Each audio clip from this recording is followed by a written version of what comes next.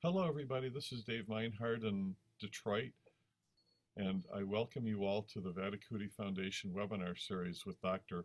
Ravi Prakash Kanoja and Dr. Venkant Sripati.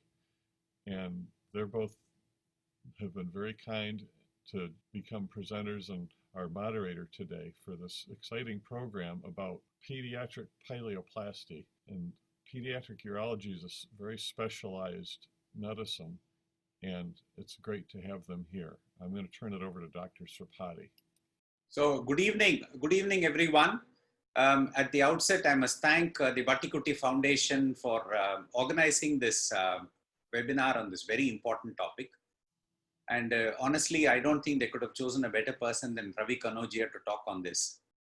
Now, I have known Ravi for for almost a decade now. And Ravi is the professor of pediatric surgery at one of the apex institutions in India, the Postgraduate Institute of Medical Education and Research in Chandigarh. Ravi has been a pioneer in pediatric laparoscopic surgery for almost about 12 years. Though he is a fairly recent entrant into robotic surgery in the last 3 years or so, the strides he has made has been tremendous and impressive.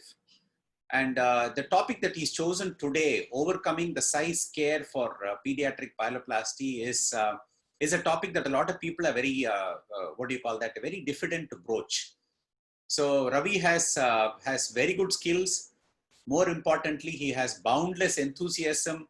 And actually, I look forward to hearing what he has to say. So the plan will be, after Ravi finishes his talk, I have a few slides to share with you on this topic, and then we'll take up the questions as they come in. Ravi, over to you. Thank you, sir. Thank you so much. I would once again thank Dr. Bhandari and the Vatikuti Foundation and his team there, who has given us this opportunity to make this presentation in the specialty of pediatric robotic surgery, which is a little neglected when it comes to the overall field and the development which we have seen in the field of robotics. So we always try to keep bring forward our specialty. We do all the procedures, and we try to give it the spotlight that it rightfully deserves. So with that, I will start. So we are talking about pediatric pyeloplasty, and it is not just pediatric pyeloplasty. It is a representative procedure which we take in front of our beginner pediatric surgeons who are aspiring to venture into the field of robotic surgery, and how they can take it as a learning case. And then with this procedure, they can overcome the size scare for the small patients. So in the next few slides, we are going to talk about some of the tips and tricks and some of the procedures and steps that you can employ in doing a pediatric robotic pyeloplasty, and how it builds you as a robotic surgeon. So before we go on to talk about the actual procedure itself, I would highlight the fact that the pediatric laparoscopy has evolved and accomplished the most difficult procedures endoscopically. And the past 2 decades have seen a tremendous amount of growth in the field of pediatric minimally invasive surgery. This is a graph which shows the path taken by a particular modality, whether it is modality or a technology, where when it starts, there is always an initial slow rising curve. The growth is slow. There is a phase of criticism which happens. So this happened with pediatric laparoscopy also.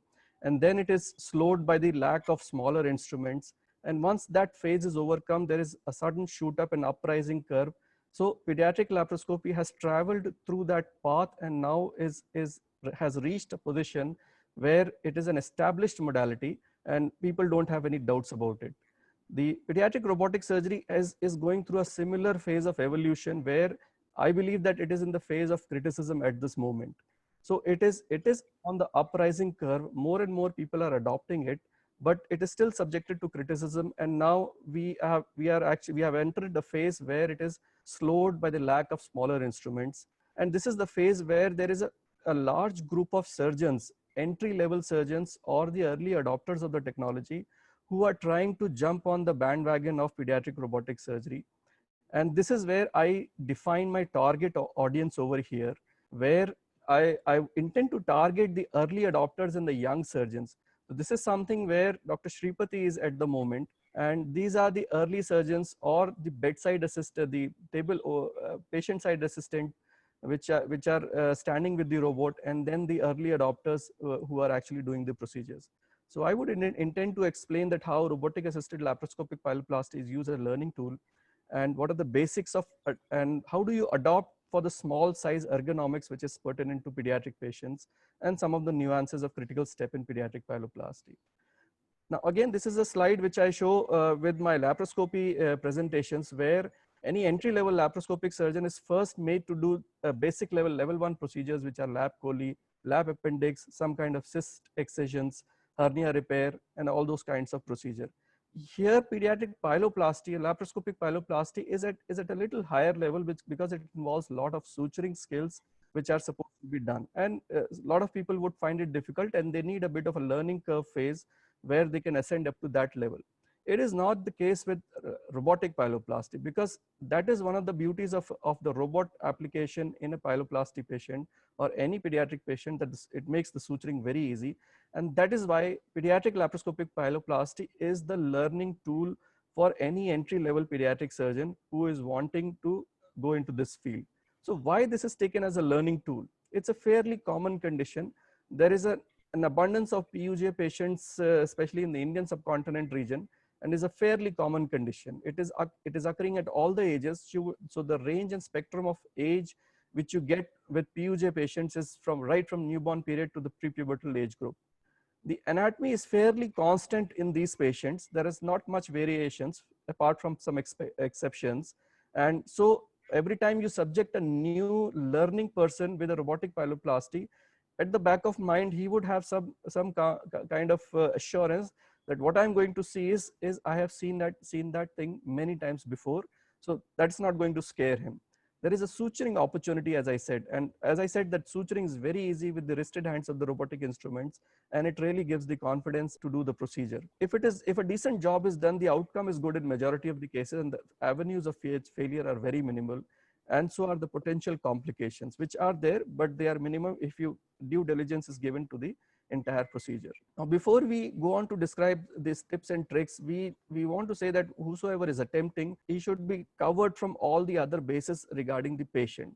So your diagnosis is clear. You have done your ultrasound diuretic scan, and it is clear that this patient has got PUJ, and all the surgical indications are there in place. You do it as a first case with minimal fasting duration in these patients, because small children, if they are subjected to fasting, they cry, they do aerophagy, and they distend their abdomen. You may or may not add an enema. It is your personal practice. I do it in bigger cases, but not in the smaller cases. Now, hydration, the preoperative fasting duration, hydration is one of the important aspects which I stress a lot. Usually the patient who is about to start at 8 o'clock in the morning, I would put these patients on IV fluids at 5 o'clock in the morning period, 3 hours before the procedure, because a dehydrated patient will always have a collapsed renal pelvis, which is difficult to find. And you would always want that once your robot is docked, your camera is in place, you should be able to see the distended pelvis right in front of you. And that is where your entire pace of surgery is set, and you will be able to confidently do it. But if you have to struggle right from the beginning in finding the pelvis, you are going to have problems with that. So your child should be well hydrated. Now, this slide shows the spectrum of the sizes in pediatric surgery that we get. This is our first case, which was a 13-year-old boy, quite big boy, big frame, almost like an adult size. We took it as a learning case, and we did not want to attempt these smaller size patients. But after that, we thought we can gradually reduce the size of the patients which we were taking up for robotic surgery. So the next set of patients was somewhere around 5 to 8 years of age. And then we went smaller and smaller. And this is a child, the youngest pyeloplasty child which we did, which is a 58-day-old infant which had a PUJ obstruction. The last patient in this photograph is not a PUJ patient, but is just to show that we went further down. And this is a esophageal atresia patient, which was 2 days old and 2.9 kg. And we did a esophageal atresia repair in this patient with the robot. So this just shows the spectrum of the size which you will come across, and we have to deal with them. So the starting is with the position. A well-positioned patient is always half the battle is won with that. You have to have this patient supine with operative side up, and position in smaller patients, you have to position them, and then you have to position the table as well. The problem with pediatric patient is that you cannot roll these patients too much, because if you observe the physical body of this patient, it's almost like a barrel. So in whatever position you keep him, there is not much of mechanical advantage which you're able to achieve. And there is the robotic arms may hit the table whenever you roll them too much, and it may cause restriction of the movements of your hand, robotic arms. So this slide shows the same thing. So this is a bigger patient which is undergoing a retroperitoneoscopic pyeloplasty. You can see that once you place in a dorsal position, a sort of a lumbotomy position, you can see that there is a significant height which is achieved. And once you dock your robotic arms over here, they are not going to touch the table over here. But if you try to do the same thing with these patients, it's not going to rise up too much above the table surface, and you will be having problems with the arms hitting the table itself. So you'll have to keep that in mind, and that this is one of the disadvantages with the small patients when we put them to robotic procedures. So port separation, the recommended port separation with what the Diavancy recommends is minimum 10 centimeters should be there. We did 8 centimeters in our first set of patients, but we realized that you can go, if you put all the tips and tricks in place, you can go as low as 6 centimeters, keeping in mind all the clashings and the restriction of hand movements which you're going to have. This figure shows that you need to have port separation distance on both sides, and it may be unequal on either side of the camera port. So this is another patient, not a pyeloplasty patient. This is for a drawings made on a choledochal cyst patient, but it gives you the entire picture that your arm 3 is little closer to your arm 2, because if you have to make a choice on which side you can compromise on the distance, you always prefer to have more distance on the dominant hand, because the dominant hand is the one which needs maximum range of movements, and there will be maximum instrument exchanges in that hand. So that is the place where you'll need your maximum ergonomic advantage with that. So there are few other specific problems with pediatric patient. First is the narrow field of view. So once you put in your telescope, you can see that the telescope is very close to your target organ, and this specifically happens more with patients where the pelvis is quite distended and it is more bulging towards the medial side of the abdomen and is closer to your camera. So you have to keep this in mind, the field of view which you're going to have with your patients. There are more problems. There is too much of these ports are too long.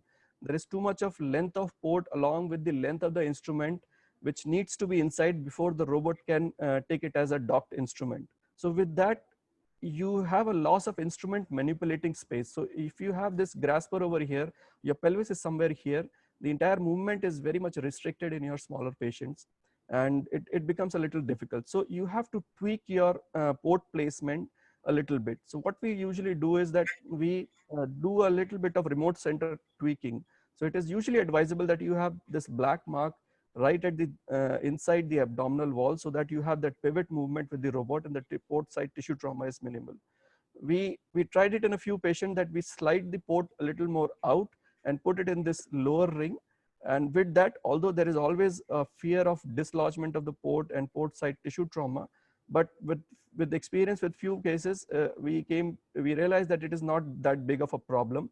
But these few extra millimeters which you get once you pull out the port gives you a significant disadvantages. So when you do this, at the same time, you will have to realize that you'll have to do a minimal sideways movements. Far range movements are to be avoided, and you really need to have a skilled patient side assistant which can detect problems even before they happen.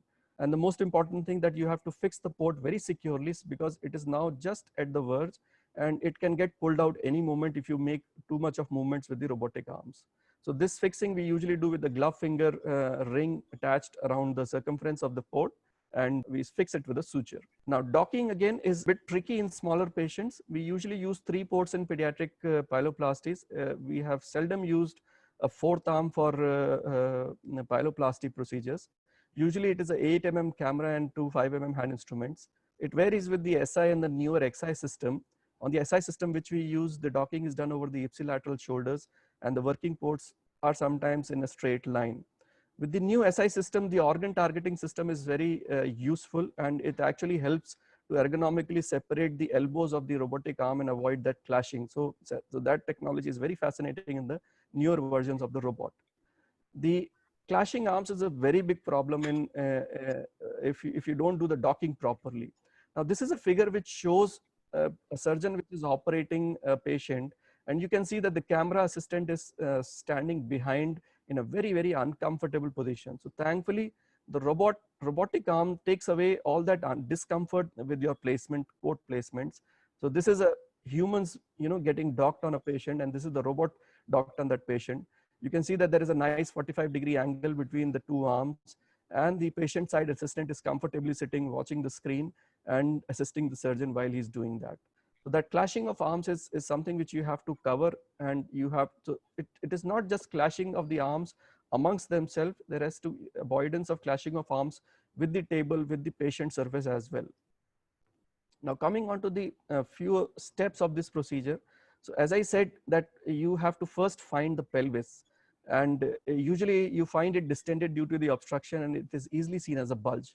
It is usually in the subhepatic region on the right side and transmesocolic next to the upper descending colon. As I said earlier and emphasized it a lot, that you have to make sure that the patient is well hydrated, and a dehydrated pelvis usually recedes into a more retrocolic position, and it is very difficult to catch. So you would always want the pelvis to present in front of you the moment you have put the camera in and you have docked the robot.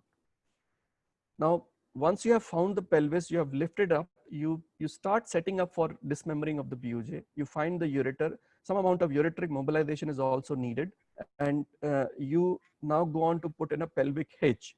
Now, pelvic hitch is now a very standard procedure step which is involved in the process of either it is a laparoscopic pyeloplasty or robotic. It is no more considered as a trick. What it does is that it stabilizes and brings the operative part above the surrounding viscera and keeps your left hand free to manipulate things around and do your suturing and do your cutting. Now dismembering, the pelvis is divided. Ureteric spatulation is one of the most important steps. So these two videos just show you that once you hitch up the pelvis up, you create a mental plan that where you would be cutting and how you would be spatulating the ureter. Now one trick which we follow is that we do not completely dismember the pelvis off the main part of the pelvis. We always keep the last bit of the pelvis attached to the rest of the pelvis and then spatulate the ureter. So what it does is that it keeps the orientation intact. It avoids any kind of ureteral twisting, and above all that if you completely dismember, there is a real risk of ureter being avulsed and it gets retracted into the surrounding viscera. So that should not happen, and if that happens, you may be able to recatch the ureter, but then it is going to add time to your surgery, and it is always the time of anesthesia is very important in smaller patients. So we just keep this last bit of the pelvis attached, and once our first suture is in place and everything is anchored to where it should be, we would divide this last part and continue with the anastomosis. Now, at this point, I would speak of some anatomical variations which we can come across our patients, and the surgeon should always be prepared mentally to deal with those situations. The crossing vessels is one of the most commonest variation which we come across. Duplex, malrotated kidney, horseshoe kidney, and ectopic kidney. Most of the time, you should be able to have a first-hand information before surgery in these patients, but a lot of times it may come as a surprise to you, and you should be able to modulate if the circumstances of your surgery change. So this is a photograph of an ectopic kidney where you can see that the kidney is almost subumbilical.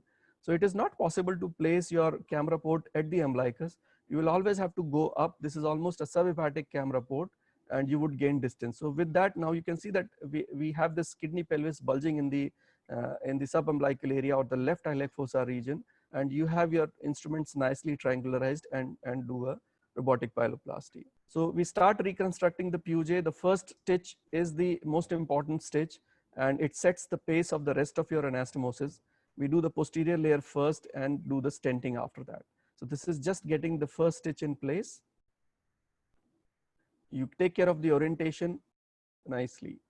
So there are other problems which can happen with pediatric patient. The most important being the bowel distension. So the smaller the patient, the more likelihood of the bowel being distended. Sometimes it happens when the child is excessively crying. You can see that in this patient, you can barely get any space. You don't really have a good field of view, and we were struggling to find the pelvis. And once you try to constantly get away the small bowel from your work area, there is a very high likelihood that you may end up injuring the small bowel and have complications. So this distended bowel can happen either because the child is excessive crying, there is aerophagy. Sometimes it happens when the anesthetist gives too much of nitrous oxide in these patients at the time of induction, and then it becomes a mess. So this kind of situation has been one of the causes of our conversion in one patient. You can see that even the colon is distended, and the pelvis is lying more or less behind the colon more laterally, and it is very difficult to catch, and it makes the entire procedure very, very difficult. So you have to keep that in mind. An excessively large pelvis is another problem where, as I said, that the distended pelvis it will always distend towards the umbilicus, and it will reduce the field of view, it reduces the light and everything. So you'll always have to decompress the pelvis, and you can see that once the pelvis is decompressed, everything falls away from your camera, the light improves, and then you will be able to do the dissection and your entire pyeloplasty procedure. So these are the things which you have to be ready for, and keep doing your procedure. Yeah. So conversion, it happens. It is quite common, and when it happens, you either convert to laparoscopic or to open surgery. We did 2 conversions in our series, which one was we had to do it in open surgery, and the other was we converted to a laparoscopic procedure. The reasons can be either there is an anatomic problem, you are either not able to find the pelvis is intrarenal, or there is horseshoe kidney or some other anatomic issues are there with the kidney. As I pointed out earlier, excessive bowel distension is a very big problem. Sometimes you have problems with the dockings. You have badly docked the patient, you are not able to manipulate your instruments, there is clashing, and you can always go back and redock the patient, but then it increases the time. So we had one occasion where the instrument malfunctioned, so we had to wait for some time, restart, and then we started the procedure all over again. But that could be one of the reasons for conversion. So once we got accustomed to our pediatric cases and small space working areas with the robot, we tried to push our limits and tried to do a retroperitoneoscopic robotic pyeloplasty. We very commonly do the retroperitoneoscopic pyeloplasty laparoscopically in our patients, in our regular theaters. We did just one case, and the space creation, we obviously choose a bigger patient for our first case, and the docking was not that difficult. We had enough space. The port separation, you can see that it is less than 8 centimeter in this case, and but we were able to do this procedure, and I felt that you can always do this procedure in bigger patients, and the only advantage which you get over the transperitoneoscopic approach is that you don't get the bowel in your way, and it is just your target organ which is there in front of you. This is a video of the entire pyeloplasty procedure. I may not go run this procedure, this video entirely, because I know that on Zoom the video runs in a very jerky manner. These videos are available on YouTube on my channel, so anybody who wishes to see can go and have a look. So this is a crossing vessel variant which is seen, and you can see that how easy it is with the robotic instrument to manipulate and do your job with the pyeloplasty. So this is the renal artery and the vein, which is the polar vessels actually, and that's a very good view of a crossing vessel variant of pyeloplasty. We are taking the hitch to make the pelvis rise above, and then the spatulation is done. The PUJ is untangled from the crossing vessels, and this is the spatulation part of the ureter. And then the suturing is done. Most of the time, once the suturing has started, the first stitch in place, and the first few stitches of the posterior layer is in place, we usually hand it over to our junior surgeon in our team, which continues with the rest of the suturing procedure. I'll skip to the part where we are placing the DJ stent, because this is just continuous suturing. So this is where you can see that the posterior layer is completed. This is a cholangiogram foci which we use to put in a DJ stent. This is a 5 instrument and has got a channel of almost 5.5 French. The stents of pediatric sizes very easily go through it, and there is no loss of gas while you are inserting this instrument. The stent is easily going in.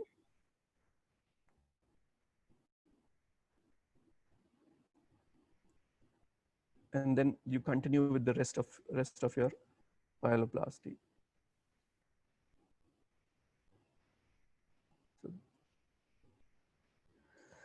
So now there is abundance of evidence in the literature with the pediatric case series. There are a lot of them, and it is an established robotic pediatric pyeloplasty is an established procedure. So the bigger series, this is 138 patients, 21 infants, and 55 patients. There are many more which I have not put them in my slide, but this is just to show that it is an established procedure and very commonly done these days. Now, our Indian experience, we don't have much so far because we are restricted by our OT slots. So we have a lot of patients who are waiting for a robotic pyeloplasty or a laparoscopic pyeloplasty, but we have a very restricted hand in terms of the slots and the OT opportunities available to us. So we have been able to do around 55 cases out of the 100 plus total cases of robotic surgery which we have done. 50 cases so far for pediatric pyeloplasties. The mean age has been 3 years. 2 we converted to open, and our average console time has been very decent of around 70 minutes. Last I spoke to Dr. Shripati, I'm sure this must be 150 plus now with Dr. Shripati, or maybe even more. He can correct those numbers. Apollo Delhi has got good numbers. They have done more than 1,000 pediatric robotic cases done by Dr. Sujit, and out of those there are 100 plus robotic pyeloplasties. There are many cases which are being done at Jipmer Pondicherry and many other centers in Mumbai and Delhi, which I may not have added in this list, but I do acknowledge that the Indian group of pediatric robotic surgeons is definitely catching up. So now again, I will go back to this graph which I had showed you in the first few slides. It is just to show that how keen the community of Indian pediatric laparoscopic surgeons are keen to jump on the bandwagon of the pediatric robotic surgery. And there is a large bunch of young adopters, young pediatric surgeons who are wanting to do these procedures, and they need access to robot, they need support from industry. There are people who want to do it, they have the robot, but since they are in private, there is no insurance support for these kind of procedures. So you have a patient who is willing to get a procedure, but the insurance is not going to pay, so you have to subject him to a laparoscopic procedure.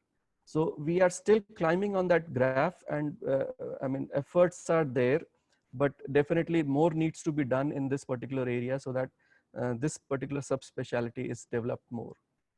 So with that, I would end with this take-home message. Well, everybody is at home, so there is no take-home to take, but I would say that robotic pyeloplasty will teach you how to handle the small size ergonomic in a pediatric patients. And it is the simplicity of this condition which helps the surgeon to gain confidence. There is always a team building and a role play is divine.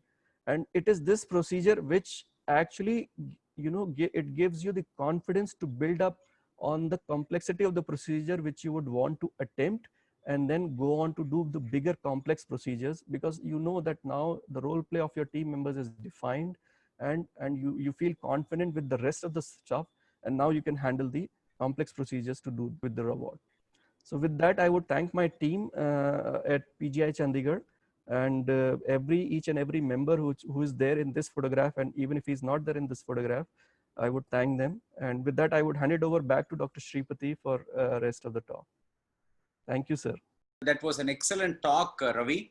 I'll sort of quickly summarize my take on whatever you have said. Pediatric pyeloplasty I long believed pediatric pyeloplasty was an entry-level procedure. But it seems to me that the complexity of suturing in small places in small babies takes a little more skill than what you would really expect when you do a pyeloplasty.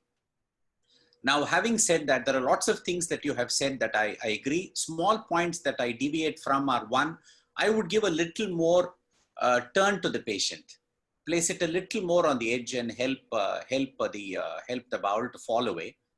And the second thing that I would completely agree with you, a 6 centimeter separation between the two is okay. The third point that you said about a small bit of the port being inside the abdomen, this is something that Mohan Gundetti has a very good take on. Mohan says if you use balloon ports, unfortunately we don't have balloon ports here. When you use a balloon port, you just have 2 centimeters of the port inside, which gives you that, that extra bit of space that you require. What you said about the XI is great. I mean, the XI allows you to move the arms away from the table and away from the patient. And the targeting really gives you the ability to focus on whatever, whatever you want. Now, the one thing that I observed with whatever you were saying is you're adopting a trans-mesocolic approach for your pyeloplasties. I have a suggestion. I would also suggest that you start reflecting the colon. Now, what really happens when you reflect the colon and you go all the way down to the pelvic brim is the whole of the ureter is in front of you. So the fear that you will lose the ureter once you cut the PUJ is no longer there. The second issue is sometimes I find if you have a small trans-mesocolic window that you want to open, if you want more access, the vessels come in the way, and that really puts me in a little bit of a spot. So that is something that I would suggest you go, because what really happens is when you learn to reflect the mesocolon, it sets the stage for partial nephrectomy, for heminephrectomy, and much more complex procedures where you really need access to the renal vessels. You need to go all the way to the IVC or the aorta, identify the renal artery and the vein so that you can clamp it and proceed with those procedures. And this is a sort of a learning stage for that. And your dissection will really help you with that. The other point that I wanted to emphasize is, I do agree the dominant hand is important, but if you look at Mohan Gundetti's teachings, and I completely agree with him, and you also showed it in one of your videos, you're actually spatulating the ureter in one video with your left hand. So whenever you have trainees who are training with you, tell them they have to become ambidextrous. It is worthwhile, you know, cutting from both sides so that, you know, they do learn how to do that, and that's a very useful trick to have. With that, having said that, I think you've covered the entire gamut of whatever you have to whatever you wanted to say in pyeloplasty, and I think, you know, I'm very impressed with the progress you've made, and I'm sure there will be much more progress that you make in days to come. And I think these are very exciting times for robotic surgery in children in the Indian population. And I can see more and more, absolutely whatever you said is true. Though people have been talking very enthusiastically about lap pyeloplasties, apart from a few centers of excellence and a few people who have been very persistent, I haven't seen tremendous progress being made in other centers. Whereas with robotic procedures, and I think Vattikutty has really, you know, pioneered that over a period of time. The number of people who have taken to complex procedures is much more with the robo, and that we cannot deny that. I think the future is robotic surgery, and there's no doubt about it. So it is our role as the pioneers of pediatric robotic surgery is to help new entrants in the field and help them get on their feet and give them support whenever they need, which you're already doing. I know that. Yes, sir. Thank you for the comments. Yeah, we do reflect sometimes. In few cases, we did the colon reflecting and then access the renal pelvis. So yeah, definitely it was not there in my slide, but we did that. And, You did that. as always said, yeah. Thank you, sir. While thanking both of you, before you get to the questions of the audience, I would like to have 2 questions from both you stalwarts in the field. One of them is, what is your belief on accessory vessels crossing PUJ? Because Jack Elder, I have seen him operating. He doesn't believe. He just relocates the vessel, which I used to be very uncomfortable when I was practicing it. Because my way was, because I practiced most of the times in the open era, and if you have opened a thing, fixing up a PUJ, even if it is equivocal, is not a big issue, because you would like to avoid it. So one is that, and I load you with another question, is the Ravi, how do you follow up your patient? Because one of the major sign of improvement in adult pyeloplasty is patient becoming asymptomatic. It's not the DTPS scans or MACPI scans, or it is the IVPs. It is, so how do you follow your patients, and what is the, according to you, in 50 cases you have done, and then Dr. Sripati can butt in, what you call as good results and what you call as equivocal results where there is no deterioration? Very valid questions. Yeah. Raveen, go ahead. Yeah. So our parameter of success in these patients is basically based on the renal DTPA scan, diuretic scan. So if the drainage has improved after the surgery, and when we say improved, it means that the pelvis has completely drained within 3 hours of the injection of the tracer, and then the outflow is clear. We call it as a non-obstructed drainage, and this is what our nuclear medicine people will report when they send us the report. And that is where we say that yes, this patient has got drainage now. A lot of times people have put the importance on the ultrasound findings, the diameter of the pelvis, which may or may not reflect truly in terms of relief of the obstruction. We were doing IVP long back. Dr. Kelan Rao was the head of the department here in PGI, and he was very fond of IVPs. And I agree that IVP is a very good way of demonstrating the relief of the obstruction when it is done pre-operatively as well as post-operatively. But now it has fallen into disrepute because of obvious concerns about radiation. So we no longer do IVP now in our patients, but primarily the relief of obstruction as shown on the renal DTPA scan, and then it is coupled with the associated findings of relief of symptoms, and the wellness of the patient gives us a fair idea that yes, we have done the procedure successfully. In certain cases, the situation is ambiguous, where they say that the outflow is there between 3 hours, but it clears at 5 hours interval. So in that particular set of patients, we usually go for an IVP. So that is a specific indication where we want to supplement our diagnosis of either a persistent obstruction in those patients. And if IVP is also showing the same thing, where there is no clearance in the initial phases and there is no clearance after Lasix injection, we say that yes, this is the patient where the relief of obstruction is not there, and he may need a secondary procedure or an intervention to relieve that obstruction. Dr. Bhandari, I would completely agree with what Ravi said, but I just wanted to add a few points. I think the DTPA forms the cornerstone of assessment of the improvement. The first thing that we look at is the ultrasound that we do. The first thing we do is see whether the renal sizes have come down. And that really gives you an indication of what really is happening as far as the kidney is concerned. The second point is on the DTPA, the parameters we look at is the improvement in the intrarenal transit. That is one thing that we specifically look at. Then we look at the delayed film, the 1 hour delayed film, to see how much of retention there is in the pelvis.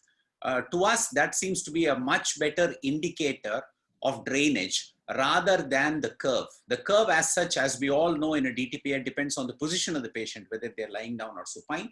The curve can be fallacious at times, but these are the two main indicators that we would look at. One is a serial follow-up on the ultrasound.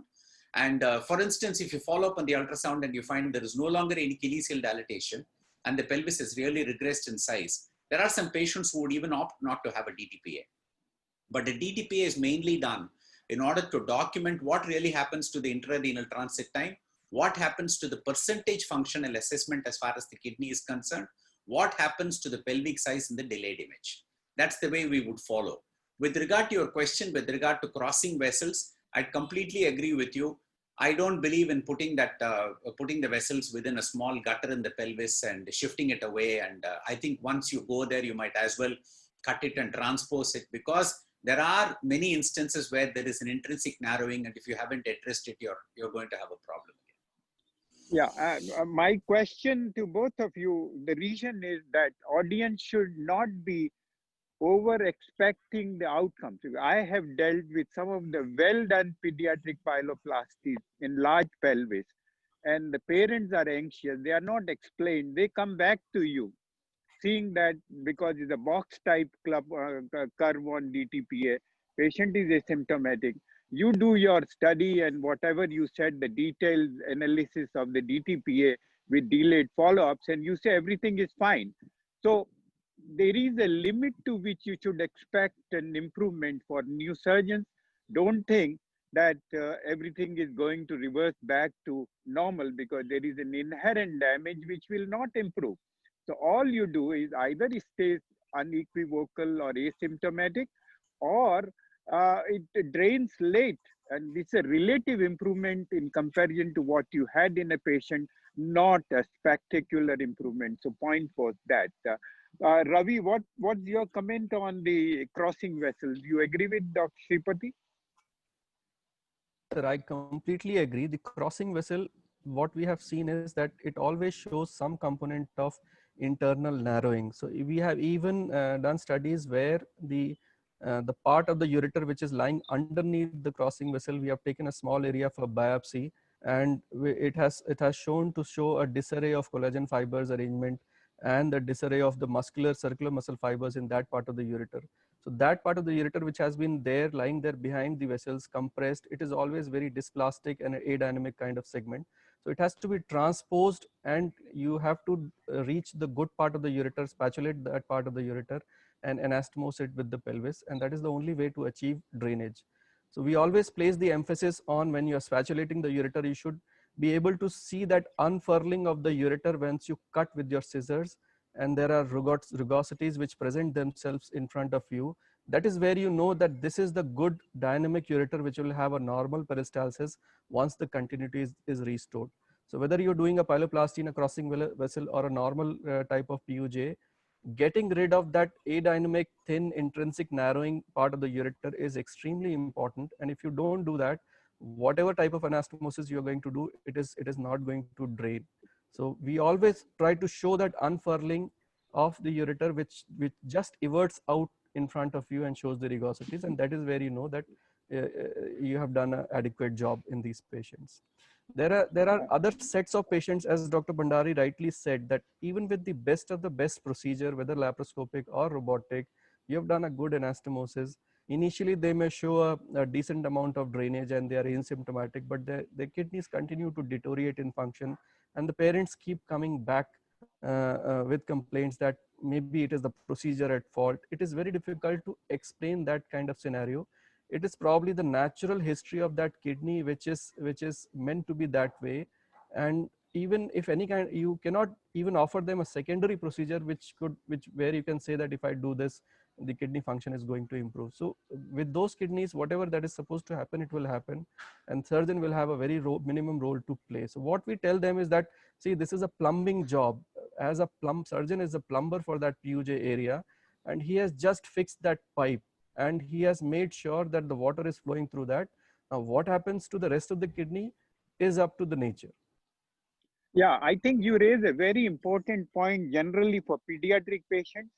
I'm excited to follow two of my patients after 38 years of total reconstruction. They are in United States and one is in Canada. And now these guys, after 38 years, have a minor rise in creatinine. They go to their nephrologist and immediately points at the surgeon that something narrowing, and the boy was about to get it done. I said, don't do it, come here. I don't practice. I took to Jack Elder. I said, this is what is. I don't think, because you can't guarantee normal function of the kidney. Is done exceedingly well. Don't blame the surgeon or narrowing. It has no business to narrow after 30 years. And then Jack agreed, but after scan, he decided, let us satisfy him. We put a perk in, we did Whitaker, we did the flows down. So what I'm trying to say, that while counseling these patients, you should always say, because there is always a dysplastic element in the kidney, there is inherent dysfunction, which only time will show. You can't predict at the time of doing surgery. I would not take more time. There are questions. I would like to thank you and Dr. Sripati for coming.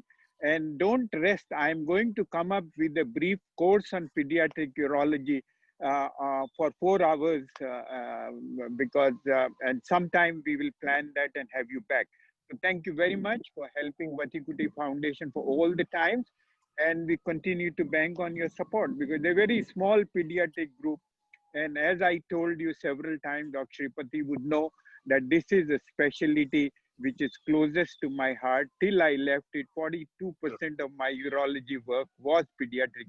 Of course, not the small kids, but the adults and pediatric urology. Thank you very much. I'm just going to, this is for all of you who want to get into robotic surgery, particularly in small children. I'm talking, I don't have that sort of numbers that, AIIMS Delhi has. But we have done about, 263 to 270 cases now. But we have, there are a few things that we have to keep in mind. The pyeloplasties are about 150, of which 69 were below 3 years of age. Why 3 years? I will tell you now. 1 to 3 years were 51, and less than 1 year of age was 18. And among those who are undergoing pyeloplasty less than 1 year of age, the majority of them were in the 6 to 7 kilogram category. The 5 to 6 were less. There was one case that was about 4 kgs, but I haven't included it in this. Having said that, we really haven't gone into those very, very small sizes that, Ravi Kanoja so boldly takes up. Obviously, he's, his skills are much better. There's some things that I wanted to, one important point I wanted to discuss with you. We looked at console time versus the total time under GA. The console time is the time that we spend doing the surgery. The total time under GA is what the anesthetist records from the time the IV line is put till the time of extubation. If you take less than 60 minutes to do a pyeloplasty, the total time under GA is 2 hours, 17 minutes. If you take between 1 to 1.5 hours, the total time under GA increases to 3 hours. If you take 2 hours, it becomes 3.5. Now, why is this important? Why bring this up at all? Isn't this self-evident? Not really. It has some sort of significance to us, which will become more significant in days to come.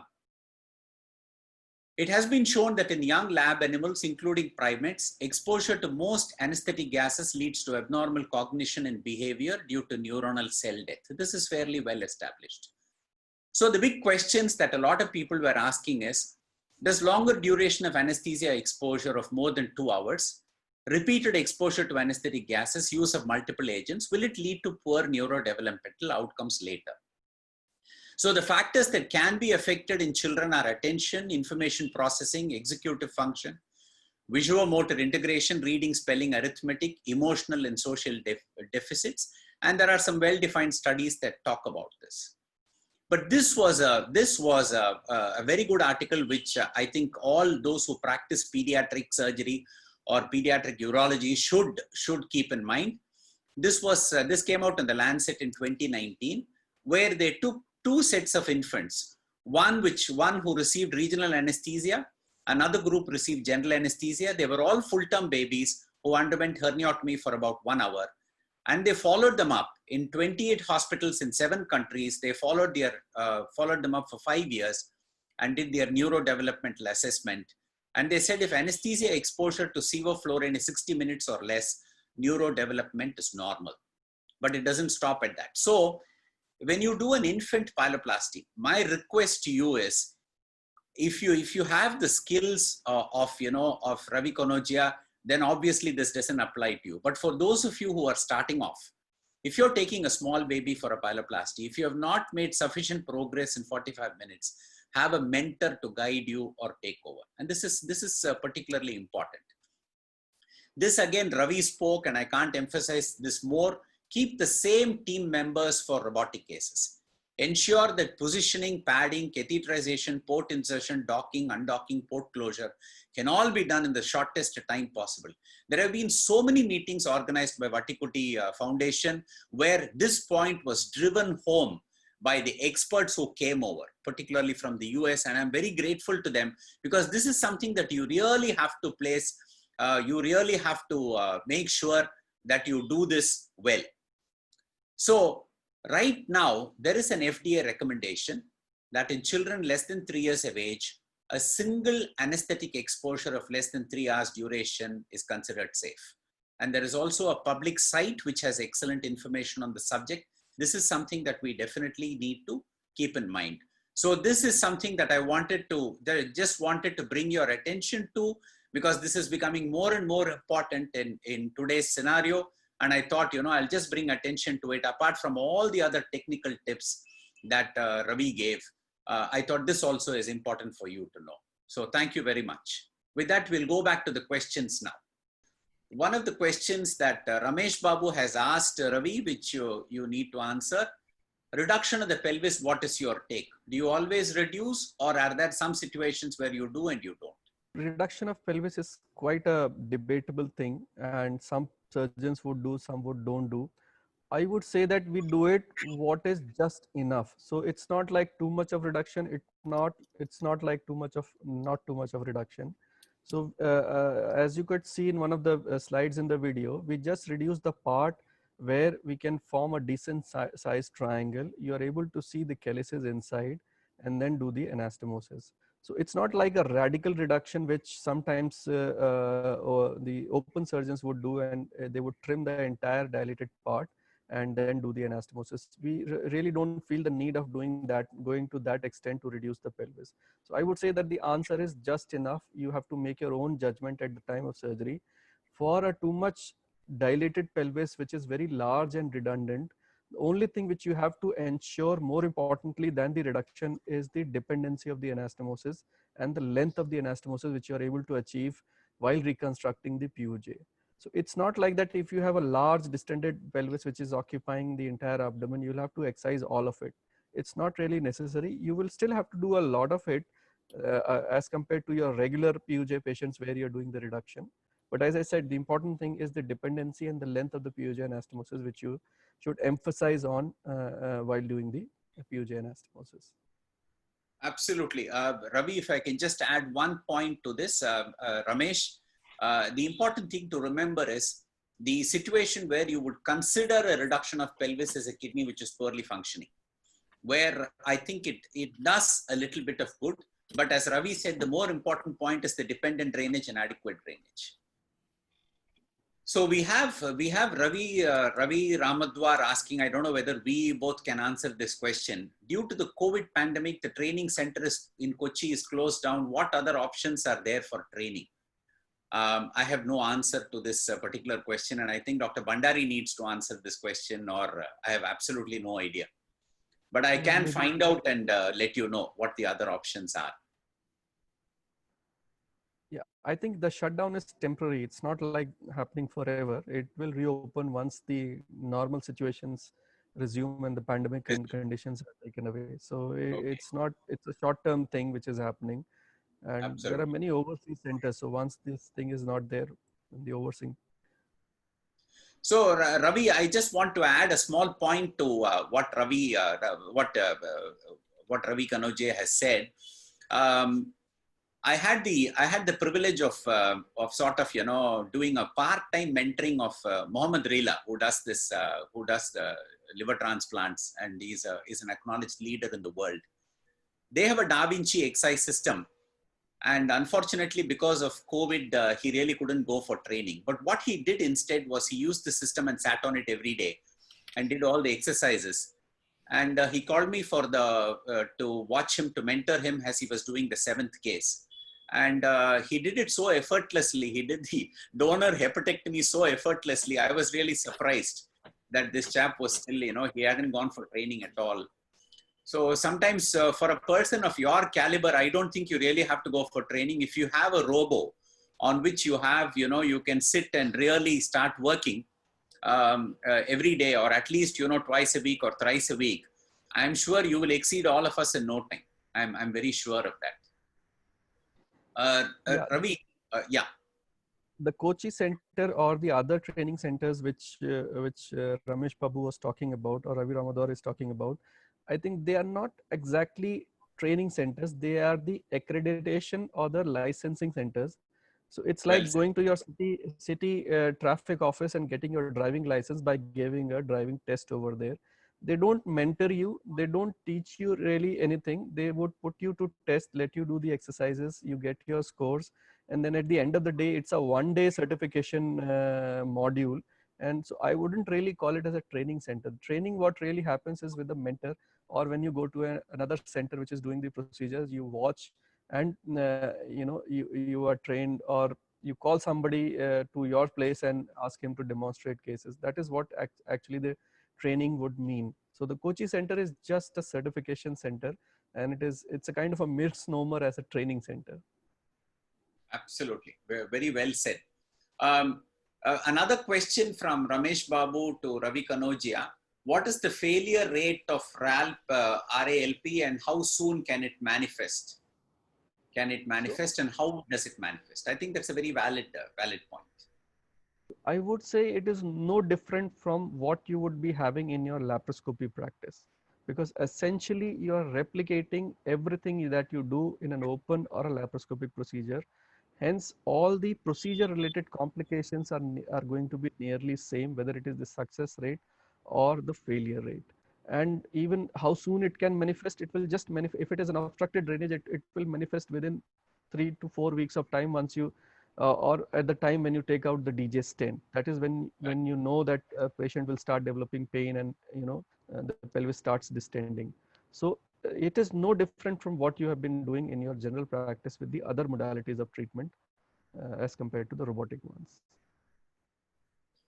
Ramesh, if I can add to what Ravi has said, I completely agree. It is when you take out the stent, as you well know, that is when it manifests. And the first review a month after the stent is removed tells you whether your procedure is working or not. What we usually do is we depend on an ultrasound to tell us how much calyceal dilatation it is. And if the calyces are ballooned out at that stage, then we know that there is a problem of drainage as far as the PUJ is concerned. In the 150 cases that we have done, I can recollect approximately about 2 or 3 where we were a little unhappy. We went back and stented all 3 of them. One of them we had to redo. And I can go back and corroborate what Ravi has also said. I think the problem initially was, this was the initial part of our learning curve. I think adequate spatulation. The other issue that often happens is sometimes in the initial part of our learning experience, we were taking hip sutures in the ureter also. When we did that and pulled the ureter up, we finally realized we were devascularizing the most important part of the ureter that was being used for the anastomosis. Once we stopped doing that, this problem went away. So that is the sort of failure rate as far as RALP is concerned. Yeah. Is there anything else that you would like to add, Ravi? Or I can't see any more questions here. Yeah, I think no, I don't have anything to add from my side. And so we'll hand it over back to Dave. Dave, sure. Dave, it's all yours now. It's all mine. Thank you very much. It has been really fascinating learning a little bit about what you gentlemen do for a profession. Thank you for your efforts very much and for sharing it today. It was important that you shared so much about not only some of the technique, but some of the problems for young surgeons to look out for. And also it was interesting to know how important it is for a surgeon to work in concert with their anesthesia team. Thank you for that very much. And I'm going to start to wrap it up. And I want to remind everybody that we have another webinar coming up in 2 weeks. And you're all invited to that. I hope that we can have as many people as possible join to learn more about the Whipple's surgery. And apparently there's some tips and tricks we're going to get from Dr. Devara Sethi and Dr. Ashwini Kumar Kudari. So it should be a good program. We will have the link for registration up on the website later today or next Monday. I also want to invite everybody to, now I got to close something out here on my screen. I want to invite everybody to please join us in producing robotic surgery videos. We have the KS Robotic Surgery Video Awards coming up, and this is a good way for surgeons to share their knowledge with the robotic surgery community. Almost all the videos will be placed on our website following the competition. We haven't set a date for the unveiling of the finalists, but we are going to have a Saturday webinar where we will show the 8 top finalist videos, and then we will have a panel that will decide on the 3 winners. So I hope to see some more videos. They all cross my computer, so please work on getting those videos done. There are some nice cash prizes and all the details are on the Vatakuti Foundation website. Let me see. Absolutely. And Dave, I just wanted to add that, to all the people who are watching this webinar, Ravi Kanodia was the winner of last year's top prize for yes, the robotic surgery video. So that's the sort of skill that he has. yes, Thank you. and it's important to note, if you haven't seen it on our website or heard it, the Robotic Surgeons Council of India meeting for this year was canceled some time ago due to the COVID pandemic. That's one of the reasons Dr. Bhandari initiated the webinar series, is so that you surgeons have a platform to regularly share your technique and news online on these webinars. So I appreciate you gentlemen being here today to do so. And we have, every 2 weeks, we have programs set till the end of this year. And it looks like, since they've been so popular, we may begin doing them every Saturday. So look for announcements on that as soon as we do update our calendars, okay? There's 2 more questions if you gentlemen want to answer them. One Sure. is from Yoga Nagendhar, and he says, any risk of damage? And he goes, damage to patient from instruments and neighboring structures is what it looks like he was asking, he or she. Ravi, do you want to take this? Yeah, there's always, I don't know if he means to say the damage on the inside or the outside, but I would say that yes, the chances of having a physical problems, pinching hazards, clashing of instruments hitting the patient's abdomen or the face is always there. And that is where the role of a skilled patient side assistant comes in, where he is vigilantly watching everything and watching the movements of the arms, and the patient needs to be padded everywhere. Even where the arm bends and touches the patient's body, that area has to be padded, and you have to see how much pressure that instrument or the arm is going to put on the patient. This is since it is a shoulder docking for the pyeloplasty patients, it's an upper abdominal organ, but it can be more troublesome with the pelvic organs, where the arms are actually going to hit the patient's face. So you have to be very, very careful with all those mechanical issues, and that is where the role of your team comes in. So yes, that possibility is definitely there of having problems. Yeah. Just to add to what Ravi has said, Dr. Nagendra, the most important point that you have to remember in a pediatric procedure is you're operating in a very limited space. So you have to see the instruments coming in. And one of the most important things you must remember is both the instruments are energized. So you cannot activate any instrument without actually seeing it. And that's something extremely important. When we talk of a small patient, an instrument coming in, the active part of the instrument and the sleeve beyond it should be seen at all times. You have to, if ever you get an opportunity after the COVID to go to one of the Vatakuti webinars that they organize, and they have beautiful meetings, you will encounter a guy called Rene Sotelo from South America, and who speaks precisely of these sort of issues, of where an energized instrument which is out of sight creates such havoc that it's so difficult to sort it out. And remember, in a small pediatric patient, it can mean the difference between life and death, because you may not have enough time to actually convert and open up. So extremely important that you do that. And what Ravi said is very, very relevant as far as padding the child is concerned, making sure that all the pressure points are protected, making sure you don't excessively stretch any limb. All that is very important. Above all, cautery burns. So all these things you have to keep watching all the time, which means you must have the same team which is on the same page with you. And that's a very important thing to do, especially when you're going to do pediatric robotic procedures. Gentlemen, thank you. There is a question from Dr. Nagendra about mentoring centers in India. Ravi, do you know about the mentoring centers in India? I think so far the mentoring centers and opportunities in India are largely through personal contact and personal arrangements. There are no certificate diploma courses like the way it has been there for laparoscopy courses which are there all across India. So it's all about that. I talked to you and you agreed to have me over for a week, 10 days time to see you operating. So that's the way so far it is there in India. We are trying to come up with a a laparoscopy course which will integrate the robotic training also, but it is in the process, will take some time. Sometime. I think what the question that Dr. Nagendra has raised is a very important thing. There are two aspects to robotics. The first is the certification after you finish your training, which you show to your hospital and allow them to, to sit on the robo. The second part is the mentoring. I feel the mentoring is much more important in the sense you need to have an experienced person to back you up. And currently, I believe that you must do it at least for 25 cases initially when you're starting off.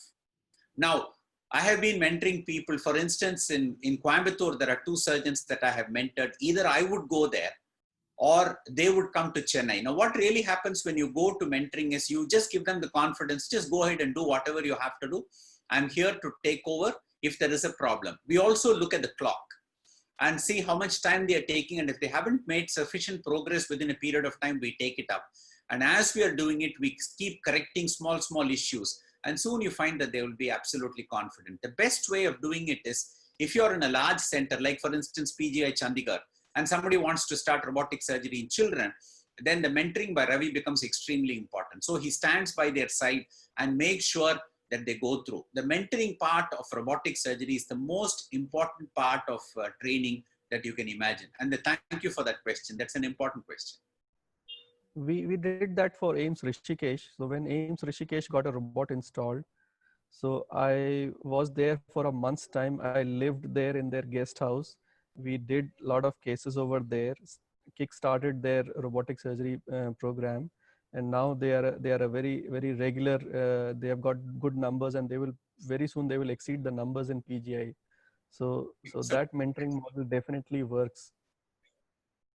And Ravi, to add to what you're saying, I think the mentoring also changes us in many ways, makes us better surgeons. So I think mentoring is something that the moment you start doing sufficient numbers, once you cross 100, 150 or 200, then I think it's your duty to mentor someone. You can't say, no, I've done enough. I'm going to just do whatever I'm doing.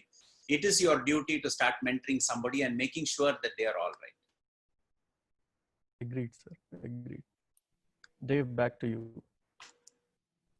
Gentlemen, once again, it's been great listening to your conversations and your insights into this. As a TV person, I learned a lot.